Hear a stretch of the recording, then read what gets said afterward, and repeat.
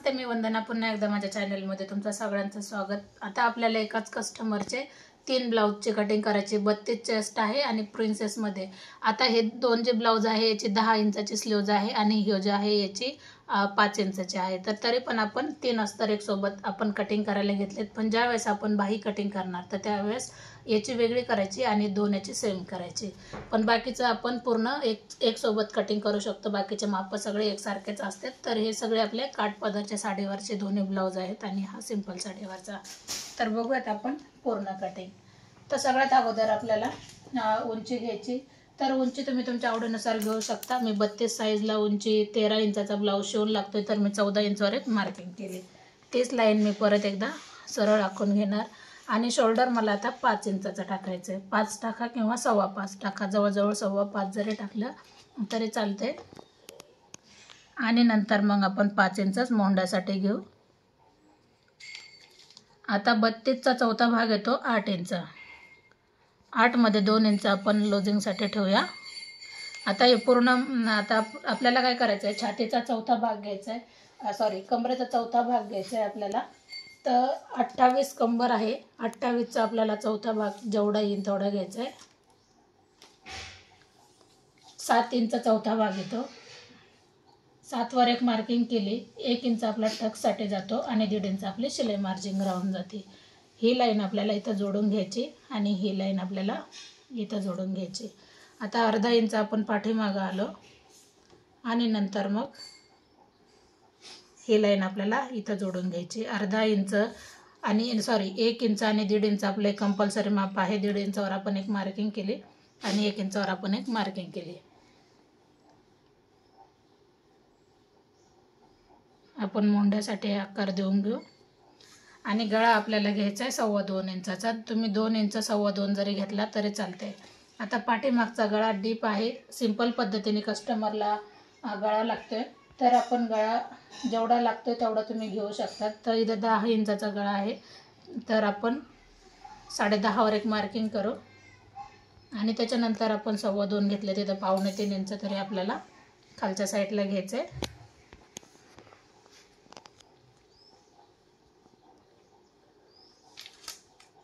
आणि उतार द्यायचा ठरलं तर आपण एकदम अर्ध्या इंचापेक्षा कमी असा उतार देऊ शकतो. हे कंपल्सरी जरी माप ठेवलं तरी चालते. पण आपण हे काय करायचं आहे, ज्यावेळेस आपण स्टिच करतो त्यावेळेला आपण करू शकतो.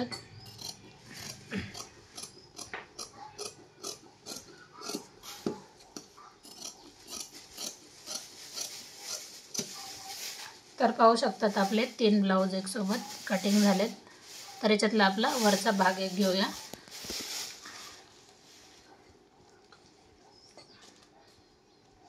आता हाच कलर आपण यावा म्हणून मग आपण अशा पद्धतीने याची कटिंग करू. जसं आहे त्याच पद्धतीने आपण सगळे माप ठेवून घ्यायचे. नंतर आता ही सगळी ओपन बाजू आहे. आता बंद बाजू मी ज्या साईडने बंद बाजू कोणतीच नाही, ही साईड पण आपली कट करण्यात येईल. पण ही गळ्याकडची बंद बाजू आहे जे आपण वरून ठेवले. जसं आहे तसं आपल्याला पूर्ण आखून घेतले.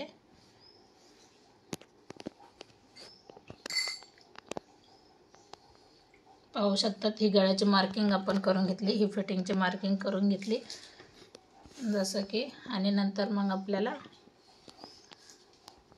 आता ही गळ्याची मार्किंग झाल्याच्या नंतर अर्धा इंच आपल्याला आतमधून शोल्डरला मोंढ्यासाठी आतमधून अर्धा इंच आपल्याला आकार द्यावा लागतो. परत एकदा आपल्याला चेक. आता आपल्याला याच्यामध्ये 1 इंच कंपल्सरी जास्तच घ्यायचं आहे. आता ही लाईन मी थोडीशी पुढं घेते कारण ती कशासाठी घेते तुम्हाला पुढं लक्षात येईल. ही लाईन आपण सरळ करून घेतली. आता फ्रंट नेक किती घ्यायचं आहे तुम्ही तुमच्या आवडीनुसार घेऊ शकता. 6.5 वर आपण एक मार्किंग केली. तेच आपण एक बॉक्स तयार करून घ्यायचा आणि नंतर थोडासा आपल्याला आकार देऊन घ्यायचा आहे. तुम्ही गोल आकार व्यवस्थित देऊ शकतात. आता इथं जे मार्किंग आहे एवढं आपण शिवण्यासाठी.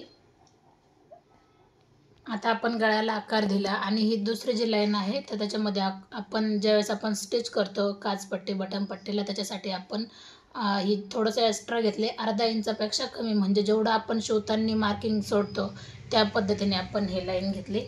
आता नंतर आपल्याला काय करायचं आहे, 32 चेस्ट आहे तर मग आपण 3 इंच टक्ससाठी घ्यायचे आणि वरून आपल्याला 10.5 वर एक पॉईंट द्यायचा अशा पद्धतीने. तर पाहू शकतात. आणि मग 32 चेस्ट असल्यामुळे आपण 2 इंचाचाच टक्स घेऊ, जास्त पण योग्य वाटणार नाही, कारण जसं चेस्ट असेल त्यानुसार आपल्याला टक्स घ्यायचं आहे. आणि नंतर मग आपल्याला ही फिनिशिंग अशा पद्धतीने द्यायची. बघू शकतात, थोडासा आकार द्या आणि जे 2 इंच आपण घेतले तेच 2 इंच आपल्याला याच्या बाहेर घ्यायचेत. नंतर आपल्याला तिरकी लाईन आखून घ्यायची. तिरकी लाईन आखल्याच्या नंतर ही लाईन आपल्याला इथे अटॅच करायची आणि ही लाईन इथे करायची. पाहू शकतात किती सिंपल पद्धत आहे ब्लाऊज कटिंग करायची. म्हणजे आपण एकाच कटिंगमध्ये 3 ब्लाऊज कट केलेत आणि एकाच कस्टमरचे आहेत. तर याच्या अगोदर पण मी तुम्हाला व्हिडिओ टाकलेला का आपण ब्लाऊज पीस पण एक सोबत कटिंग करू शकतो. तर मी बऱ्याचदा तुम्हाला समजून सांगितले का कशा पद्धतीने ती पण कटिंग आहे. म्हणजे आपला भरपूर सारा वेळ वाचून जातो आणि शक्यतो गर्दीच्या वेळेला माझे कामं सगळे असेच चालतात. फक्त माप एकसारखे पाहिजे किंवा मग आपल्याला पण बदल करता आला पाहिजे.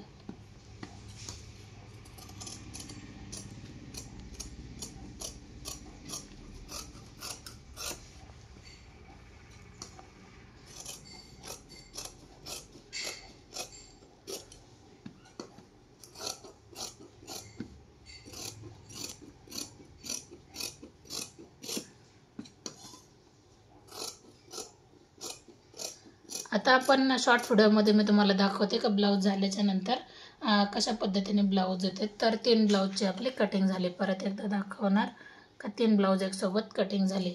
व्हिडिओ आवडला तर नक्की लाईक करा, शेअर करा, सबस्क्राईब करायला विसरू नका. आणि बाही कटिंग तुम्ही शॉर्ट व्हिडिओमध्ये बघा, कारण मी हर एक व्हिडिओमध्ये बाही कटिंग दाखवते आणि व्हिडिओ जास्त मोठा होत असल्यामुळे मग मी बाही कटिंग शॉर्ट व्हिडिओमध्ये दाखवते. तर साईजनुसार नक्कीच सांगणार का मी कशा पद्धतीने बाही कटिंग करते. तर पुन्हा भेटू नवीन आणि चांगल्या व्हिडिओमध्ये. तोपर्यंत नमस्ते.